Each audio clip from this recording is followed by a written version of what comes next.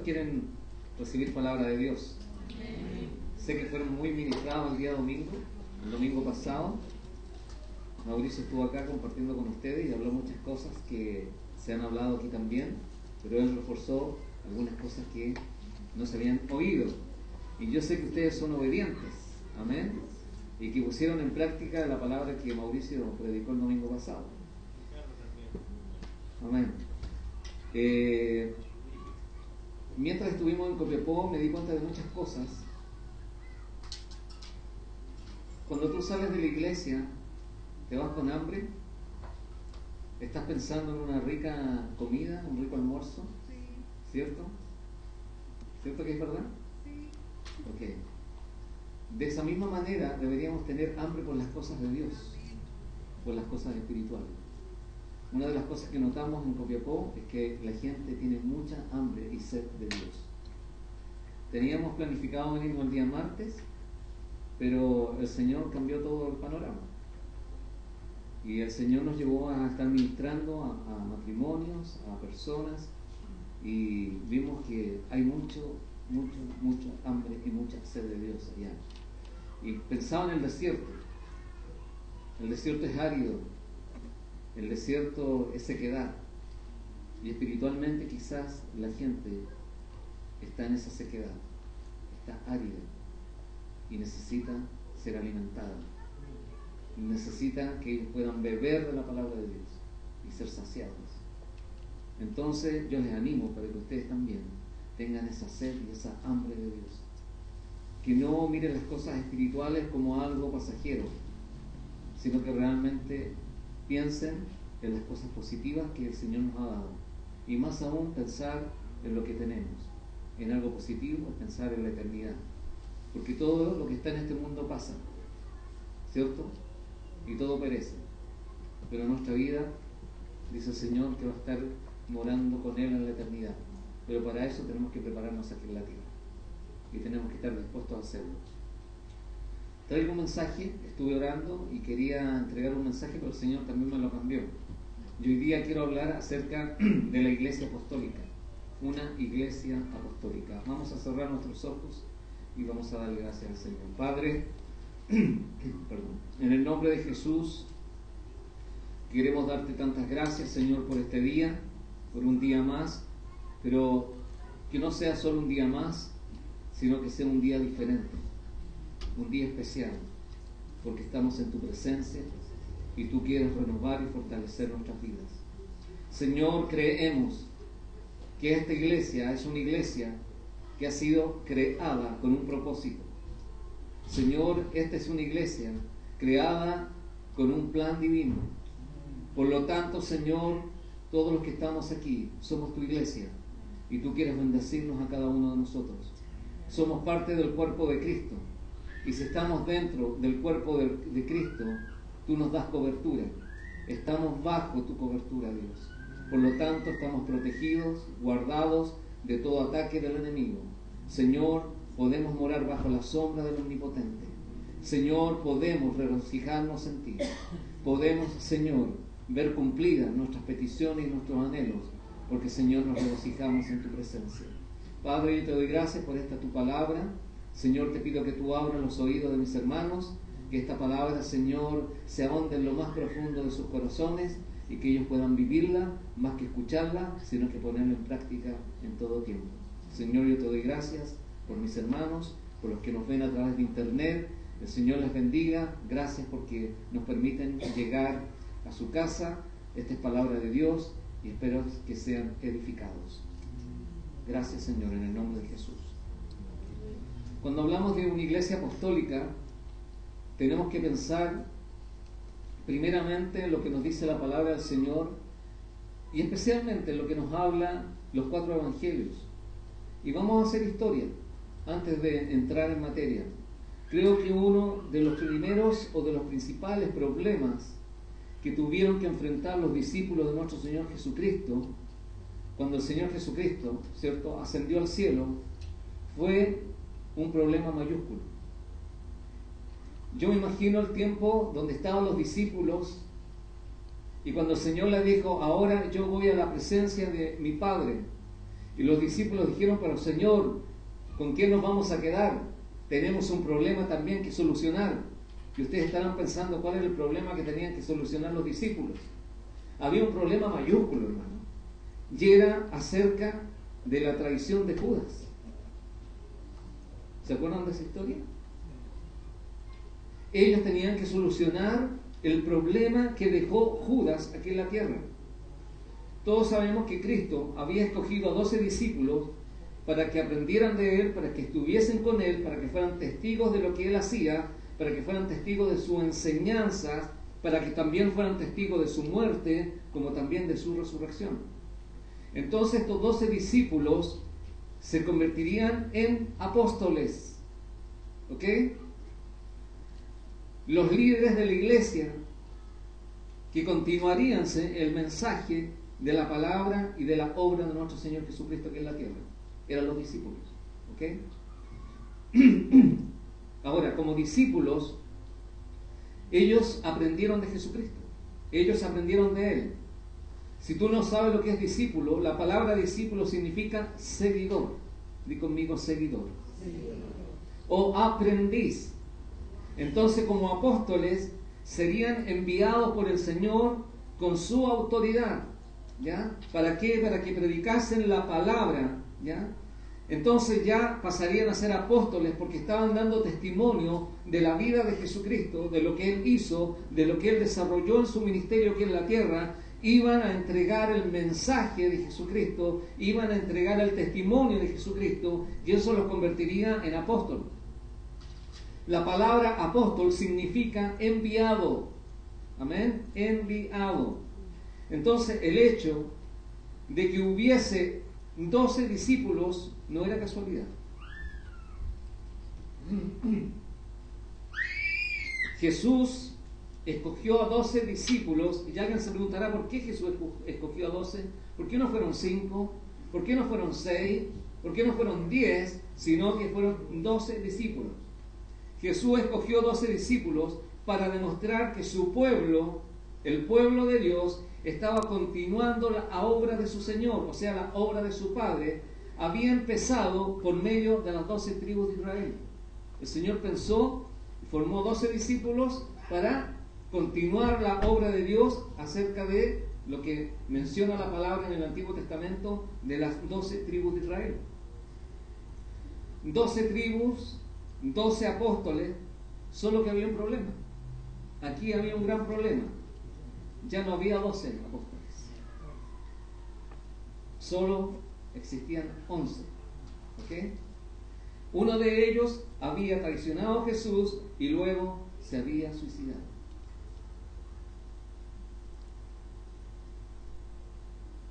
Les quiero llevar a algo que el Señor puso en mi corazón cuando yo estaba haciendo este mensaje, esta prédica.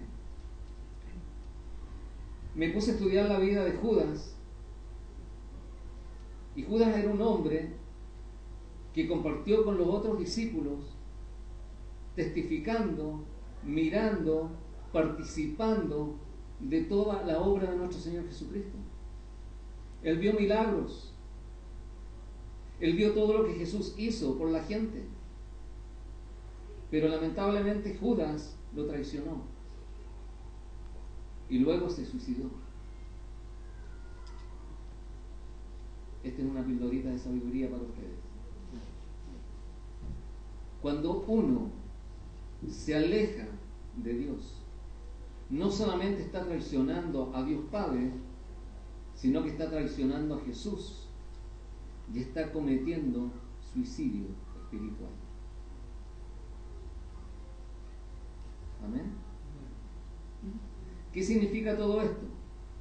Que nosotros no podemos haber recibido tanta bendición de parte de nuestro Dios, haber recibido tanta misericordia de parte de Dios, habiendo recibido tanta gracia de Dios, tanto amor de Dios, que entregó a su Hijo por cada uno de nosotros, y después olvidarnos o alejarnos de la fuente, alejarnos de Dios, dejar de lado mi vida espiritual por cosas que no me van a edificar en el tiempo, haberme apartado de Dios es cometer suicidio espiritual, porque Dios dice en su palabra, mejor no me hubieses conocido.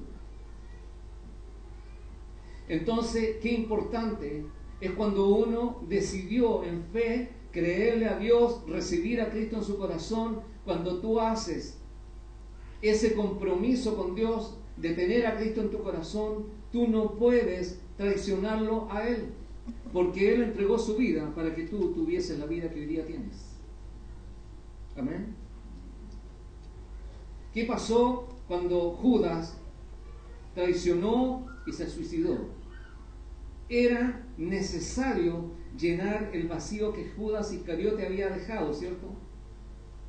Ahora, en el pasaje que vamos a leer hoy día, veremos cómo los discípulos escogieron al reemplazante de Judas. Y quiero que pongan mucha atención en esto, porque no fue una mera elección, ¿ya? O solamente le dijeron a una persona que iba pasando, oye, ven a reemplazar a Judas. Aquí hay algo importantísimo. Muchas veces nosotros cuando leemos la Biblia no la entendemos, porque no la escudriñamos, no la estudiamos, pero el Señor en cada versículo de la palabra de Dios tiene una enseñanza para nosotros. Amén. Muchas veces nosotros cuando leemos el libro de los Hechos nos alegramos porque allí sucedió algo importantísimo y queremos emocionarnos con lo que pasó en el día de Pentecostés, cuando todos fueron llenos del Espíritu Santo. Los discípulos ese día fueron llenos del Espíritu Santo. Pero muchas veces nosotros al hacerlo, hermano, cometemos un gran error. Y aquí hay importantísimas enseñanzas acerca de la autoridad de la iglesia. Vamos al libro de los Hechos, capítulo 1, versículo 12 en adelante. Hechos 1, 12. Entonces volvieron a Jerusalén desde el monte que se llama del Olivar, el cual está cerca de Jerusalén, camino de un día de reposo. Y entrados subieron al aposento alto, donde moraban Pedro y Jacobo, Juan, Andrés, Felipe, Tomás, Bartolomé, Mateo, Jacobo, hijo de Alfeo, Simón, el celote, y Judas, hermano de Jacobo. Todos estos perseveraban, escuchen bien, todos estos perseveraban unánimes en oración y ruego con las mujeres y con María, la madre de Jesús, y con sus hermanos. En aquellos días Pedro se levantó en medio de los hermanos. ¿Quién se levantó en medio de los hermanos? Pedro, ¿quién era? Un discípulo. Y los reunidos eran como 120 en número, y dijo, versículo 16, varones hermanos, era necesario que se cumpliese la escritura en que el Espíritu Santo habló antes por boca de David acerca de Judas, que fue guía de los que prendieron a Jesús. Y era contado con nosotros y tenía parte en este ministerio. Mira lo que dice Pedro. Pedro le estaba diciendo a sus hermanos, a los discípulos, que esto ya había sido proclamado por David. Estamos hablando del Antiguo Testamento. David ya había profetizado sobre lo que iba a pasar en la vida de Judas, que Judas iba a traicionar a nuestro Señor Jesucristo y que se iba a suicidar. Y él les dice, fue parte de nuestro ministerio.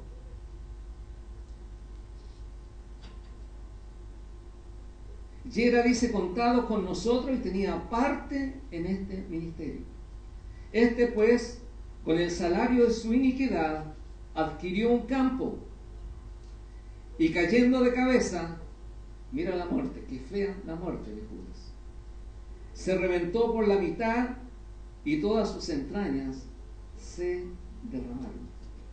Y fue notorio a todos los habitantes de Jerusalén, de tal manera que aquel campo se llama en su propia lengua Aceldama, que quiere decir campo de sangre, porque está escrito en el libro de los Salmos, aquí es donde escribió David, sea hecha desierta su habitación y no haya quien more en ella, y tome otro su oficio. Es necesario, pues, que de estos hombres que han estado juntos con nosotros todo el tiempo que el Señor Jesús entraba y salía entre nosotros, comenzando desde el bautismo de Juan hasta el día en que se que de entre nosotros fue recibido arriba, uno sea hecho testigo con nosotros de su resurrección. Y señalaron a dos, a José, llamado Barsabás, que tenía por sobrenombre Justo, y a Matías. Y llorando dijeron: tú, Señor, que conoces los corazones de todos, muestra cuál de estos dos has escogido, para que tome la parte de este ministerio y apostolado de que cayó Judas por transgresión, para irse a su propio lugar. Y les echaron suertes, y la suerte cayó sobre Matías, y fue contado con los 11 apóstoles. Quien vino a reemplazar a Judas fue Matías. Dice la palabra del Señor que echaron suerte sobre él. Después de recibir, hermanos, la promesa de la venida del Espíritu Santo en el día de Pentecostés y la comisión que Dios le entregó a los discípulos de predicar el Evangelio a toda criatura, a todas las naciones, y después de ver a Jesús volver al cielo, los apóstoles, ¿qué es lo que hicieron? Regresaron a Jerusalén. Pero ya iban con poder, iban con el poder del Espíritu Santo.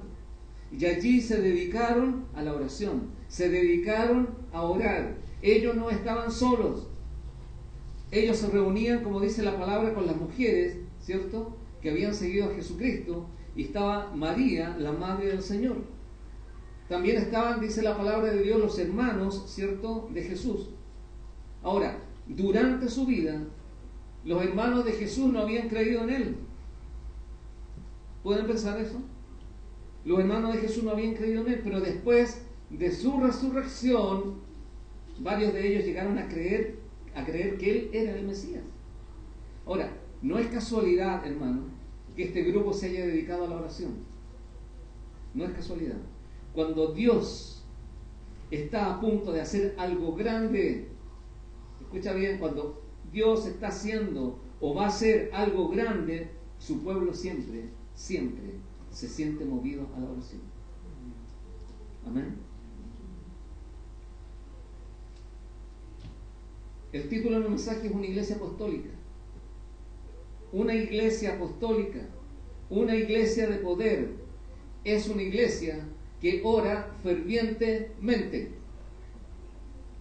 Una iglesia apostólica, una iglesia poderosa, es una iglesia que ora con fervor. Cuando la oración, hermanos, se convierte en algo mecánico, cuando la oración se convierte en algo superficial, cuando la oración se convierte en un parche curita, cuando la oración se convierte en algo liviano, la iglesia empieza a perder su poder. Los discípulos comenzaron a reunirse para orar, dice la palabra. ¿Por qué? Porque ellos tenían una misión. La iglesia hoy día tiene una misión.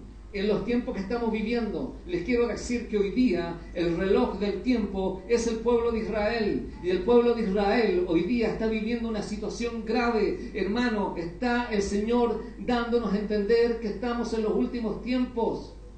¿Has leído el libro Apocalipsis? El libro Apocalipsis fue revelado a un apóstol. ¿A qué apóstol fue revelado el libro Apocalipsis? A Juan. Hermano, estamos viviendo tiempos difíciles. Y la iglesia no despierta. Tenemos que estar despiertos como los apóstoles. Tenemos que estar despiertos como los discípulos que estaban con Jesús. Entonces no es casualidad que este grupo de personas, de estos apóstoles, se hayan dedicado a la oración, porque ellos sabían lo que venía a sus vidas. Hoy día mucha gente que está dentro de la iglesia no sabe lo que viene sobre la iglesia. No sabe. Por algo el Señor puso en mi corazón que les dijera esto en esta mañana, hermano, en esta tarde. Una iglesia que va a estar preparada para los últimos tiempos es una iglesia que tiene que estar orando fervientemente. Amén. No una oración así de pasadita, no una oración superficial, porque la iglesia empieza a perder poder. Se dice que donde se juntaban los discípulos, los apóstoles, donde se reunían, se describe simplemente como el aposento alto. ¿Se acuerdan de eso? Dice que los discípulos se reunían para orar en el aposento alto, Un lugar, dice, donde muchas veces ellos dormían o alojaban ahí. Ellos iban al aposento alto, oraban, estaban ahí, comían, dormían. ¿Sabes por qué? Algunos piensan que podría haber sido un lugar donde fue la última cena con el Señor Jesús. Otros opinan que era un cuarto que tenía María en su casa, ¿cierto? Y se juntaban ahí. Y se basan en el hecho de que un poco más adelante en el libro de los Hechos, los creyentes estaban reuniéndose constantemente allí. Ahora, el libro de Lucas no nos dice cuál de estos lugares era, no especifica bien. O lo que vemos realmente, si era una sala o era un cuarto, solamente nos habla de un aposento alto. Cuando a ti te dicen aposento alto, tú tienes que ya empezar a imaginar que era un lugar muy especial, un lugar que traía comodidad a la gente. Aposento alto, tú has entrado en el aposento alto últimamente, has estado con Dios en el aposento alto, has recibido revelación de Dios en el aposento alto, has recibido la respuesta a tu petición en el aposento alto. Hermano, es necesario hoy día, nosotros como hombres, como chilenos, quizás somos flojos para la oración. Oramos cuando tenemos una circunstancia, oramos cuando tenemos algo que pedirle a Dios, oramos cuando se nos viene en alguna circunstancia, a nosotros nos acordamos que hay una iglesia, nos acordamos que hay un Dios, nos acordamos que hay oración, pero eso tenemos que hacerlo antes para estar preparados y enfrentar bien las situaciones que puedan venir sobre nuestras vidas. ¿Cuántos dicen amén? Cuando tú oras, cuando se juntan los hermanos a orar, eso se convierte en un lugar donde el poder de Dios se manifiesta. Amén. Hermano, no creas que Dios solamente se manifieste en grandes iglesias, no solamente Dios se manifiesta en las megas iglesias. Hermano, Dios se manifiesta solamente donde hay corazones dispuestos para adorarle, donde hay corazones dispuestos para orar, donde hay corazones dispuestos para adorarle. Dios se manifiesta donde quiera se encuentre un pueblo dedicado a Él.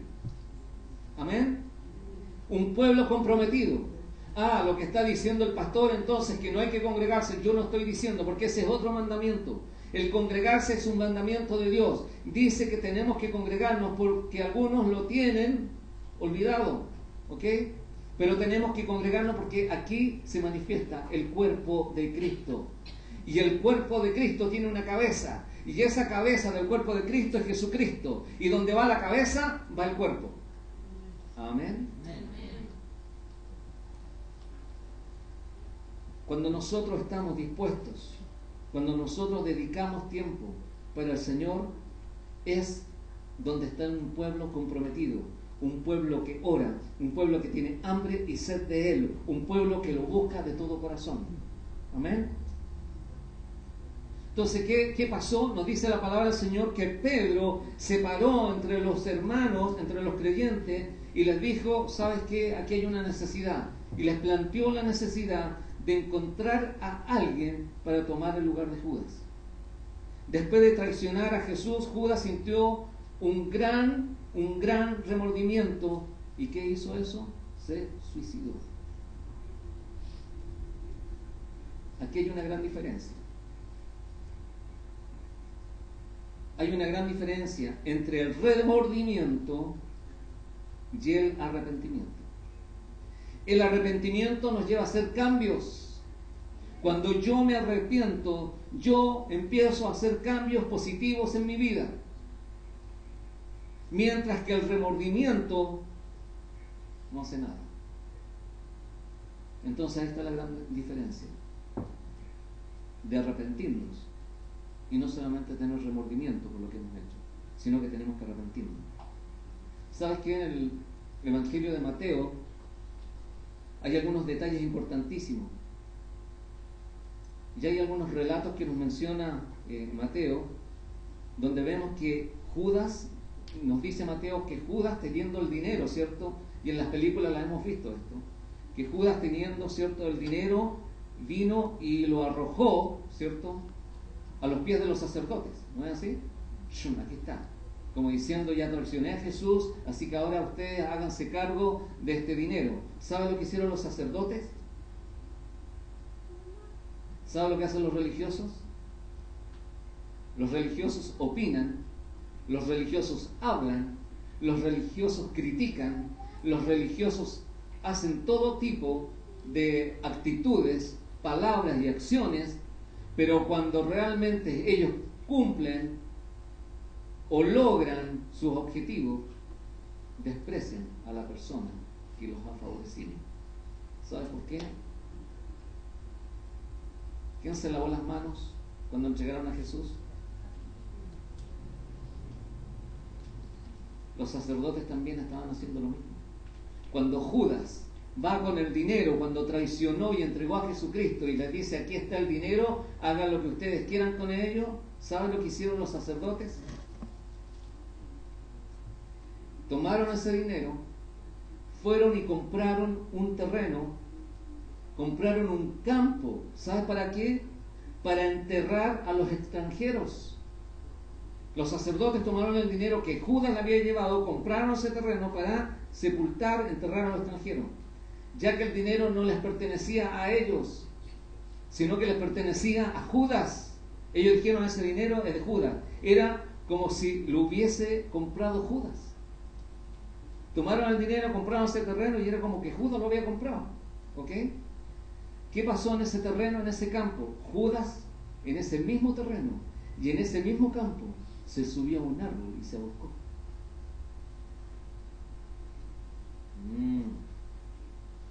Y después de algún tiempo de estar ahí en ese árbol colgado, la soga que él se había puesto al cuello, ¿cierto?, se cortó, se rompió.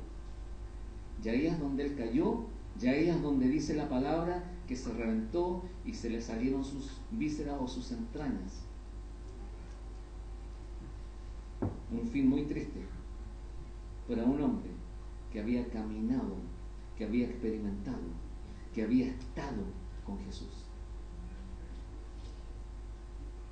Él cometió suicidio físicamente.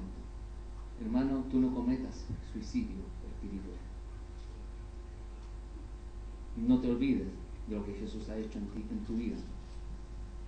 Entonces, en ese tiempo era necesario reemplazarlo. Entonces podemos ver en la Biblia que dice que también David habló de esto en los Salmos. Él sabía el destino de Judas, se sabía ya con anticipación de lo que iba a pasar con la traición de Judas. ¿Por qué? Porque traicionó a un justo, traicionó a Jesús. Entonces era necesario reemplazarlo.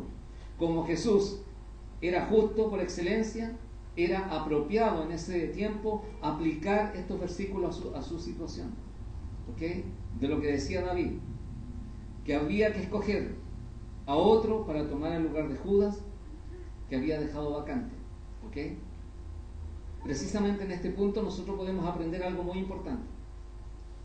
Aquí Pedro nos señala cuáles son los requisitos de un apóstol. ¿Ok? El apóstol tenía que ser testigo del ministerio de Jesús. Todos los discípulos fueron testigos de la vida de Jesús. ¿Ok? Desde sus comienzos, desde el bautismo de Juan hasta su resurrección, los discípulos fueron testigos de la vida de Jesucristo. Fueron testigos de la obra de Jesús aquí en la tierra. Fueron testigos del ministerio de Jesús. En otras palabras, una de las funciones de un apóstol era servir como testigo presencial de los hechos de la vida, de la muerte y resurrección de Jesús. ¿Amén? ¿Estamos de acuerdo? Porque eso lo dice la palabra. Entonces nos dice también la palabra que en la búsqueda de los reemplazantes de Judas había dos nominados. Esa palabra que está de moda hoy día. ¿Cuáles son los nominados? ¿Ok? Entonces dice que antes de escoger entre ellos, todos oraron. ¿Amén? Entonces era necesario que el Señor les guiara.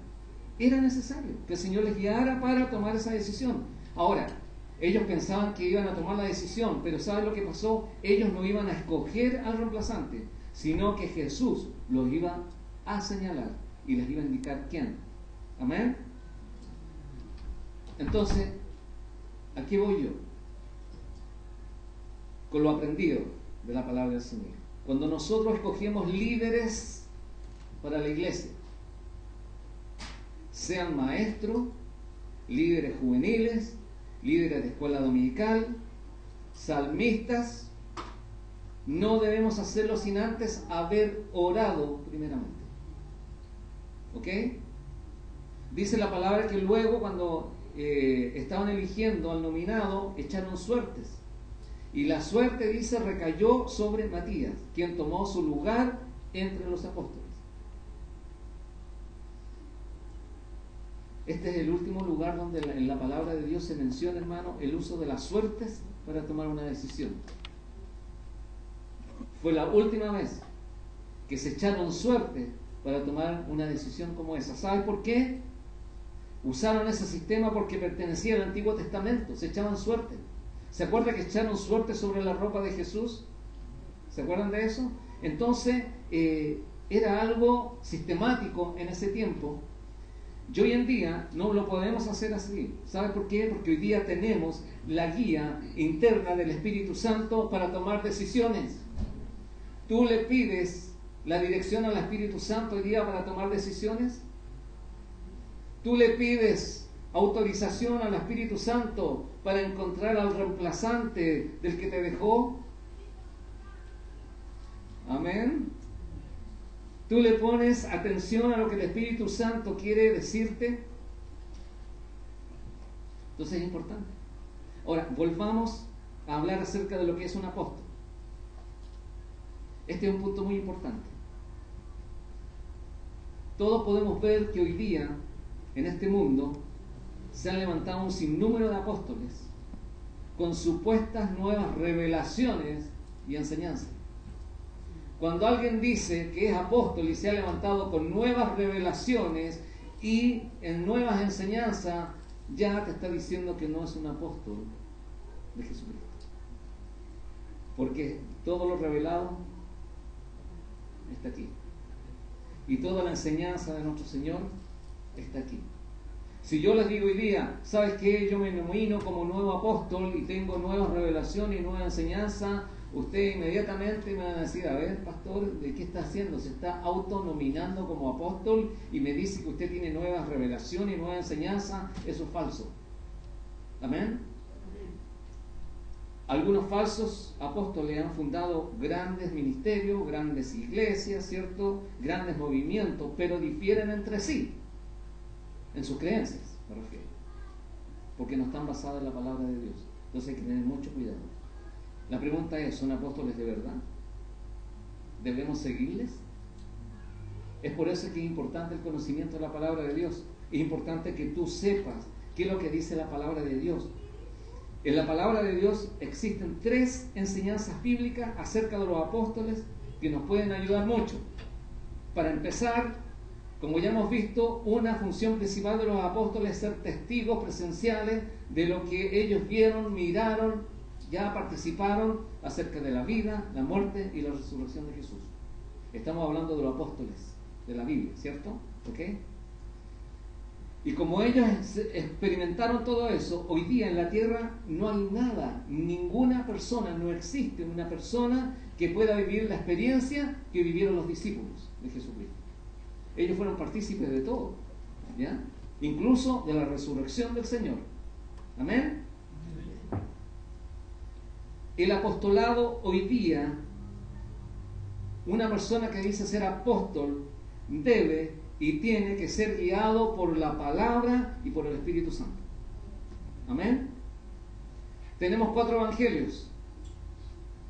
Y esto lo voy a leer bien detenidamente porque lo estudié.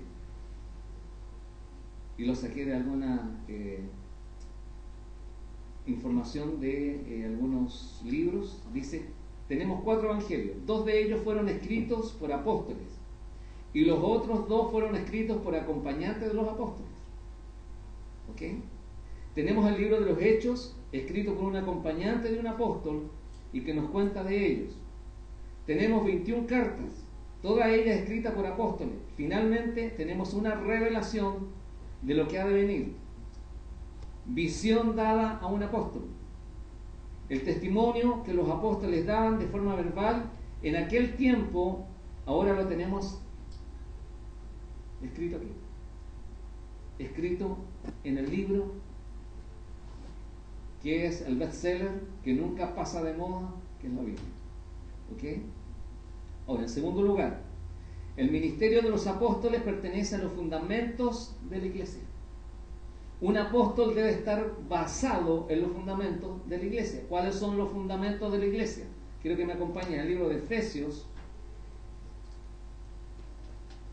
Efesios capítulo 2, versículo 19, y dice así la palabra del Señor: así que ya no sois extranjeros ni advenedizos, sino conciudadanos de los santos y miembros de la familia de Dios.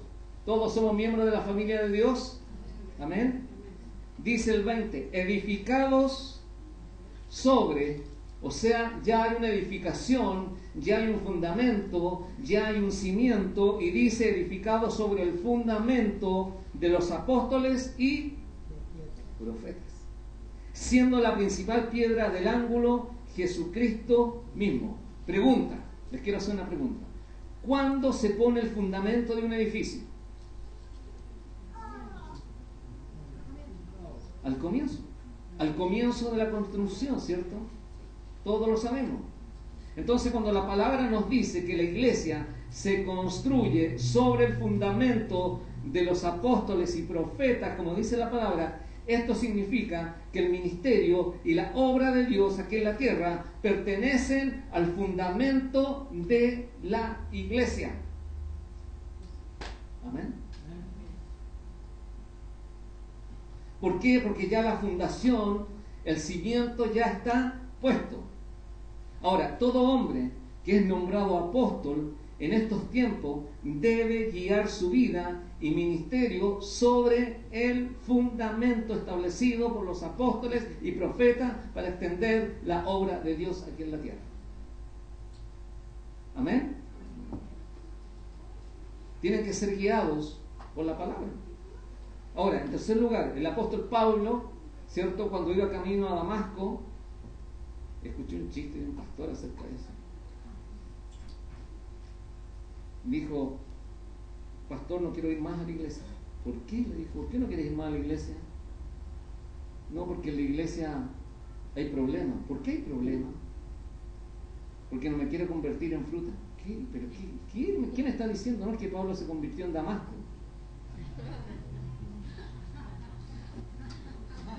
Ahí no va el chiste, ¿cierto? No, menos mal que no lo conté yo. Entonces, cuando Pablo iba camino hacia Damasco, se le apareció el Señor, ¿ya? Él envió unos mensajeros para que le hablaran a Pablo. Mira, vamos a 1 Corintios. 1 Corintios.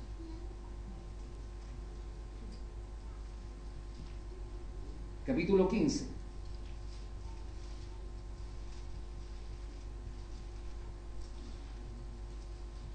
Versículo 7. Dice: después apareció a Jacobo, después a todos los apóstoles. Ya está hablando de apóstoles, ¿ok? Porque ya Jesús no estaba en la tierra. Y al último de todos, como un abortivo, me apareció a mí, dijo Pablo. Porque yo soy el más pequeño de los apóstoles, que no soy digno de ser llamado apóstol, porque perseguí a la iglesia de Dios. Aquí hay una controversia humana, ¿ok? No es espiritual, no es divina. Uno se pregunta, como ser humano, ¿cómo el Señor viene a hablarle a Pablo cuando persiguió a la iglesia, cuando mató a los cristianos, y ahora lo nomina como apóstol de él? Es como, a ver, ¿de qué estamos hablando? ¿Ya? Es como si alguien te persigue a ti y tú después le digas: ¿sabes qué? Te quiero nombrar como mi guardaespaldas. Es una cosa parecida, ¿o no? Pero mira lo que dice Pablo. Pablo dice claramente que Jesús se apareció a él para escogerlo como apóstol. Y Pablo se da cuenta de algo que antes no percibía. Cuando perseguía a los cristianos, Pablo no sabía y no se había dado cuenta porque no tenía revelación. Y Pablo dice, pero por la gracia de Dios, por la gracia de Dios, di conmigo, por la gracia de Dios, soy lo que soy.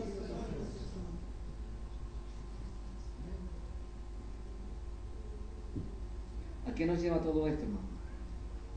El evento más importante de la historia de la cristiandad, ¿cierto?, es la llegada de Jesucristo al mundo. ¿Ok? Jesús vino al mundo y podemos ver todo lo que Él, a través de la palabra, a través del testimonio de los apóstoles, podemos ver todo lo que Él realizó. Los apóstoles testificaban y ratificaban lo mencionado por Dios de estos eventos, de lo que iba a pasar con Jesús. Estaban testificando. En nuestros días, un hombre que es llamado apóstol debe cumplir las instrucciones dadas por la palabra de Dios. Si queremos edificar una iglesia apostólica, tenemos que edificarla como Dios quiere y no como el hombre desea. ¿Amén? ¿Estamos de acuerdo con eso? Entonces, por eso es que el enemigo envía un sinfín de apóstoles, entre comillas, ¿cierto?, para confundir y menospreciar o opacar el testimonio apostólico de Jesucristo. Entonces se levanta gente que se dice ser Jesús. ¿Han escuchado eso? ¿Han visto eso? Que hay un hombre que se dice ser Jesús y que habla del 666 y todo un tema. Ok, cuidado con eso. Entonces nosotros no debemos prestar atención a los que se autodenominan apóstoles y enseñan cosas secretas, cosas ocultas que difieren de la sana doctrina. Tienen que tener mucho oído y mucho ojo, porque cualquier persona hoy día puede decir yo soy apóstol. ¿Y quién te nombró apóstol? ¿Estás siguiendo la sana doctrina? ¿Estás enseñando la sana doctrina? ¿Estás hablando de que la iglesia ha sido el fundamento que Jesús puso aquí en la tierra? Entonces tenemos que saber de todo eso. ¿Por qué le digo esto? Mira lo que dice 1 Timoteo. 1 Timoteo 4.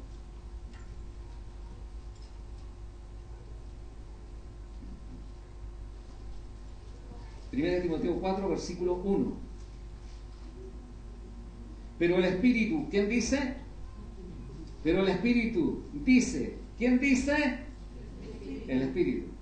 El Espíritu dice claramente que en los postreros tiempos, wow, estamos viviendo los postreros tiempos, ¿ok? En los postreros tiempos algunos apostatarán de la fe, renunciarán a la fe, escuchando a espíritus engañadores y a doctrinas de... Ok, más adelante, 1 Timoteo 6, versículo 3. Si alguno enseña otra cosa y no se conforma a las sanas palabras de nuestro Señor Jesucristo, aquí está claro el mensaje, ¿o no? ¿Está claro? Si alguno enseña otra cosa, ¿por qué alguien puede estar enseñando otra cosa que no está aquí? Tenemos que enseñar lo que está en la palabra. Si alguno enseña otra cosa y no se conforma a las sanas palabras de nuestro Señor Jesucristo y a la doctrina que es conforme a la piedad, está envanecido, nada sabe y delira acerca de cuestiones y contiendas de palabras de las cuales nacen envidias, pleitos, blasfemias y malas sospechas. Disputas necias de hombres corruptos, de entendimientos y privados de la verdad, que toman la piedad como fuente de ganancia. Apártate de los tales. ¿Es claro el mensaje? ¿Amén? No debemos dejarnos confundir por este tipo de gente.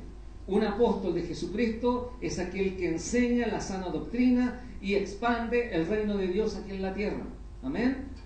Una iglesia apostólica es una iglesia que sigue las enseñanzas de los apóstoles, que sigue la enseñanza de Jesucristo, tal y como la encontramos en la Biblia.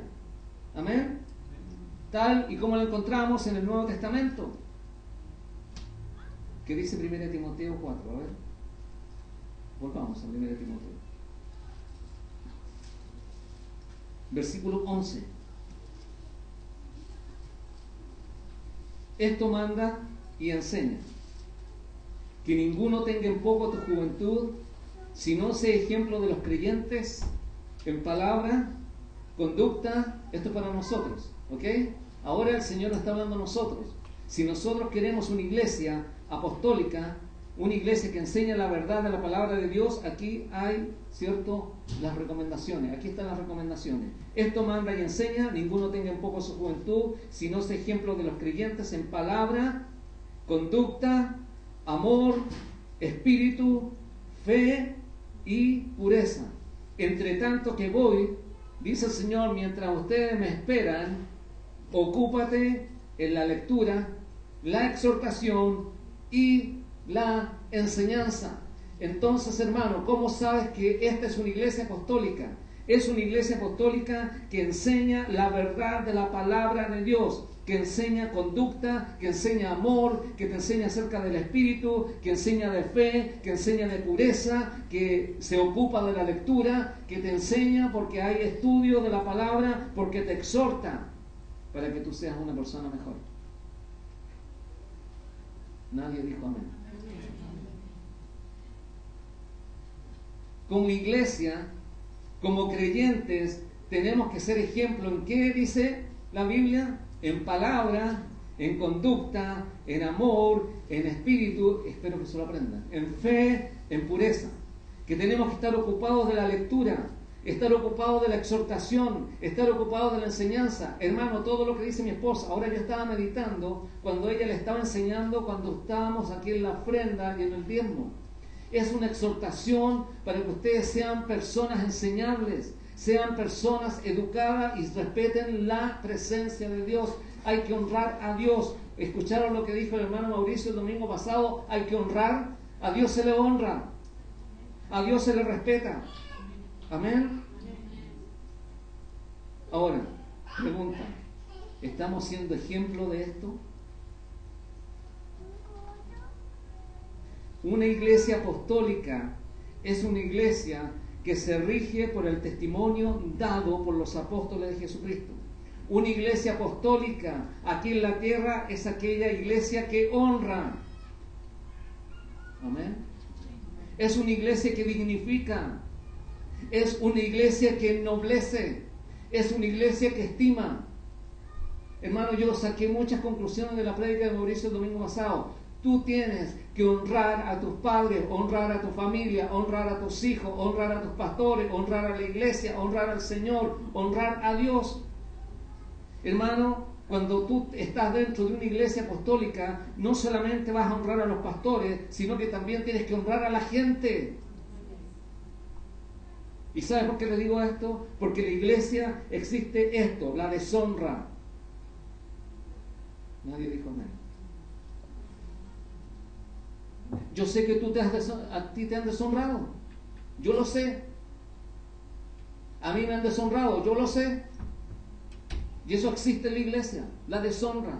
Hermano, no hagas esto. Honremos primeramente a Dios. Honremos a los pastores. Honremos a la familia. Honra a la gente. Están muy calladitos. Parece que quiere que termine. ¿Sabe lo que le dice Pablo a Timoteo? Lo que hemos leído.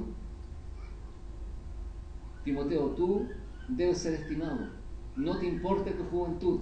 Te ven joven y te deshonran. Pero tú tienes que ser estimado, tienes que ser apreciado, tienes que ser querido, tienes que ser considerado. Eso le dijo Pablo a Timoteo. ¿Y sabe por qué se lo dijo? Porque la iglesia no lo estaba honrando. Porque lo veían muy joven, porque quizás lo veían sin experiencia.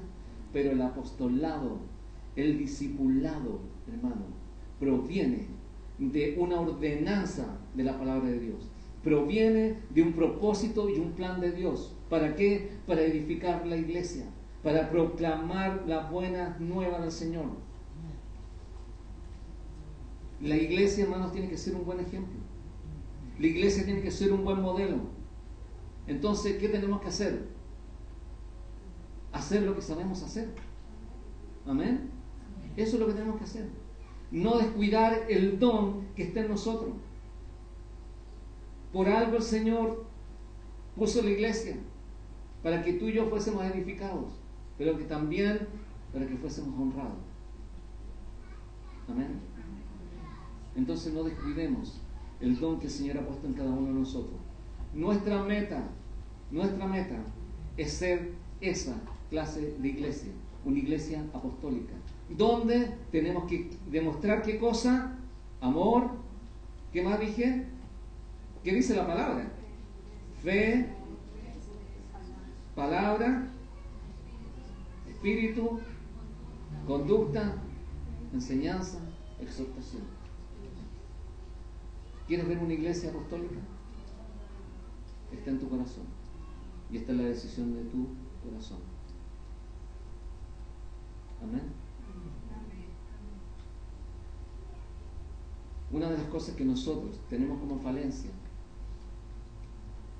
es no valorar lo que tenemos. ¿Y han escuchado esto? Se valora cuando se pierde. Valoremos ahora lo que tenemos, pero después no estar diciendo, pucha, ¿por qué no lo valoré?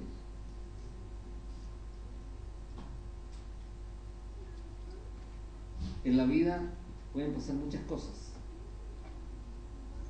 Estuve conversando con un joven ayer y le pregunté, después de no verlo hace 2 semanas, yo le dije, ¿cómo estás? Me dijo, pucha, pastor, quería hablar con usted y usted no estaba.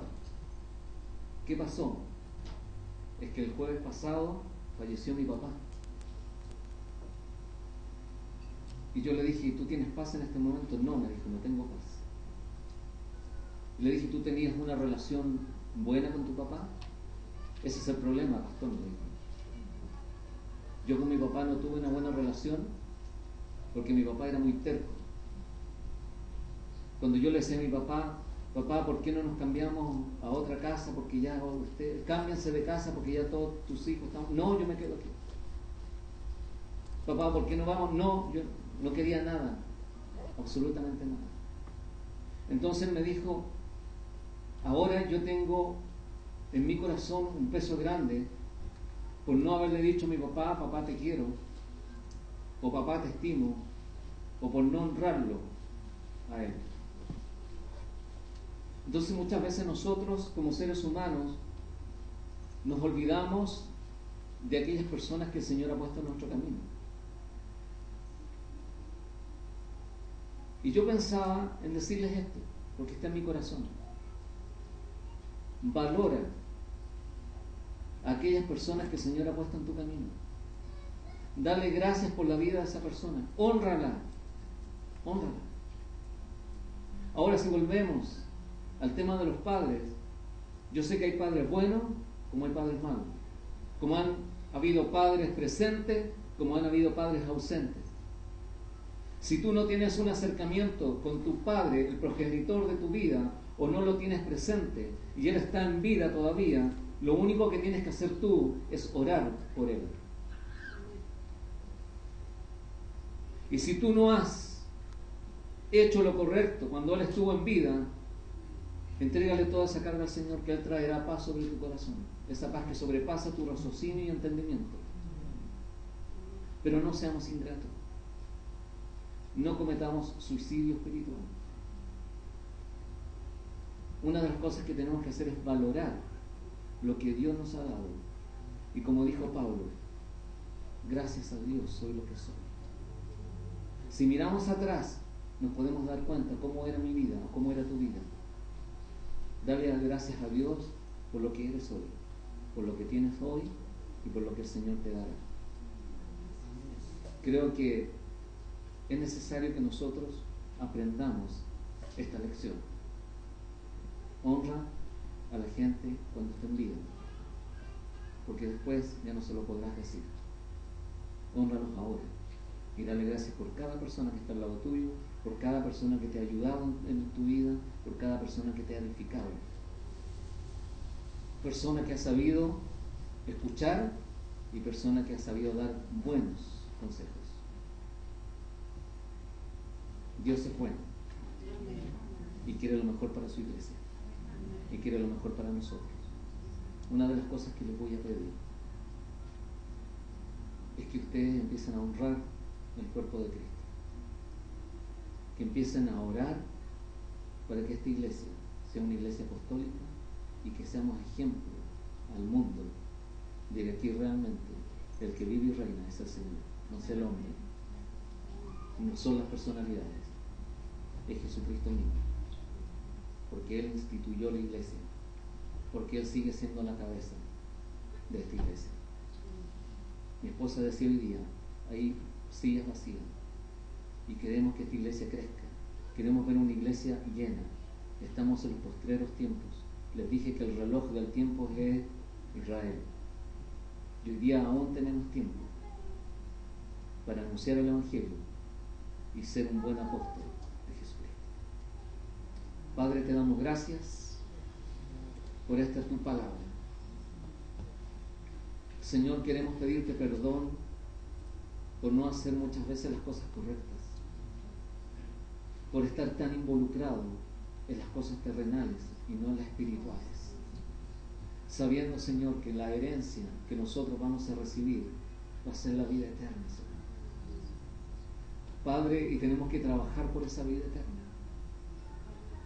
Tenemos que trabajar y esforzarnos por demostrar que tu iglesia es una iglesia que te representa bien.